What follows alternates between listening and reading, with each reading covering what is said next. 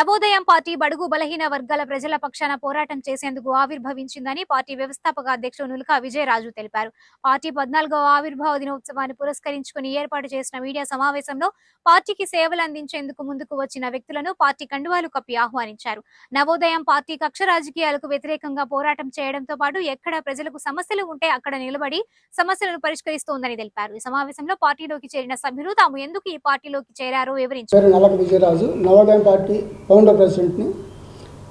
ఈ రోజుకి 1/7/2024కి మా పార్టీ ఆవిర్భవించి 13 సంవత్సరాల నుండి 14వ సంవత్సరం అడుగు పెడుతుంది. కావున ఆ పార్టీ కార్యవర్గాన్ని అలాగే కొన్ని రాష్ట్రాల అధ్యక్షులను నియమించడం జరిగింది. మా పార్టీ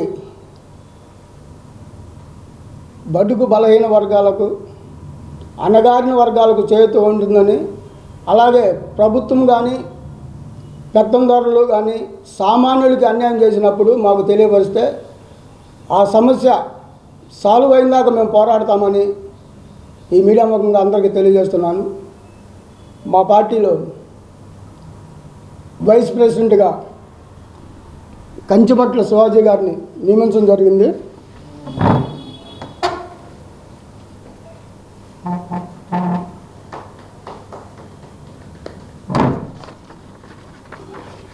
అలాగే పార్టీ కార్యదర్శిగా ఆళ్ళ కృష్ణకిషోర్ గారు నియమించడం జరిగింది.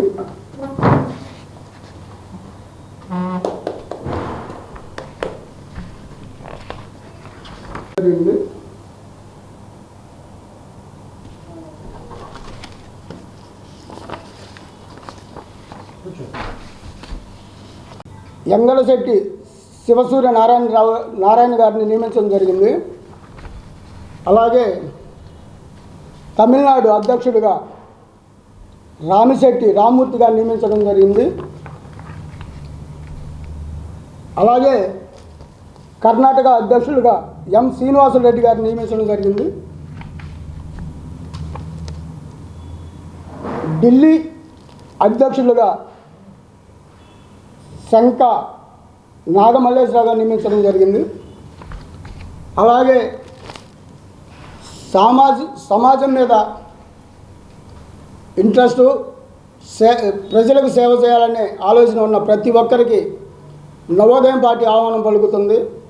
త్వరలోనే జిల్లా మండల కమిటీలు అన్ని కమిటీలతో పార్టీ ప్రజల్లోకి వస్తుందని మీడియా ముందుగా తెలియపరుస్తున్నాను. ఇంట్రెస్ట్ ఉన్న వాళ్ళు పార్టీని సంప్రదించవలసిగా కోరుతున్నాం. పార్టీ పెట్టడానికి మీకు దోహదపడిన అంశాలు ఏంటి సార్? ఏ పార్టీ చూసినా కోట్లు పడగలెత్తిన వాళ్ళకి కానీ వారసులకు కానీ సీట్లు ఇచ్చి 4వ వార్షికోత్సవానికి విచ్చేసిన పాత్రికేయ మిత్రులందరికీ, నాయకులకి శుభాకాంక్షలు తెలియజేస్తున్న పాత్రికేయ మిత్రులకి నమస్కారాలు తెలియజేసుకుంటున్నాను. 14 సంవత్సరాలుగా ఒంటరి పోరాటం చేసి 13 సంవత్సరాలు 14వ సంవత్సరం యువరక్తాన్ని జోడించుకున్న విజయరాజు గారికి మా అభినందనలు, కృతజ్ఞతలు తెలియజేసుకుంటున్నాము. ఈరోజు కనుక మనం 24 సార్వత్రిక ఎన్నికల్లో ఒక్కసారి కనుక పరిశీలించినట్లయితే 24 సార్వత్రిక ఎన్నికల్లో గెలిచిన ఎంపీలకి, ఎమ్మెల్యేలందరికీ శుభాకాంక్షలు తెలియజేసుకుంటున్నాము. గెలిచిన పార్టీలు ప్రజా ప్రయోజనాల కోసం పనిచేయాలి తప్ప ప్రజా ఆస్తులను ధ్వంసం చేసే విధంగా పనిచేయకూడదు అనే మా అధ్యక్షుల వారి మాటని ఉటంకిస్తూ, మరియు ఇది ఎర్లీ స్టేజ్, ఈ టైంలో కనుక మనం ప్రభుత్వాలని విమర్శించరాదు అని విజయరాజు గారు చెప్పిన సూచన మేరకు మేము విమర్శించకుండా ఒక సూచన చేయదలుచుకున్నాం. ఏంటంటే ప్రజా ఆస్తుల్ని ధ్వంసం చేయకుండా ప్రజా ఆస్తుల్ని ప్రజా ప్రయోజనాల కోసం వాడుకొని ట్యాక్స్ పేయర్స్ మనీకి న్యాయం చేయాల్సిందిగా కోరుకుంటున్నాం. అదేవిధంగా నవోదయం పార్టీ రానున్న కాలంలో ప్రజా సమస్యల మీద పోరాటం చేయడం జరుగుతుంది. నవోదయం పార్టీ యొక్క విధి విధానాలని, కమిటీలని అధ్యక్షుల వారు త్వరలో ప్రకటిస్తారు. ఈ విధంగా ప్రజల్లో ప్రతిపక్షం లేదు అన్న భావన కలగకుండా అన్ని పార్టీలను కలుపుకుంటూ ముందుకు పోతామని చెప్పేసి ఈ విధంగా తెలియజేసుకుంటున్నాం. ధన్యవాదాలు.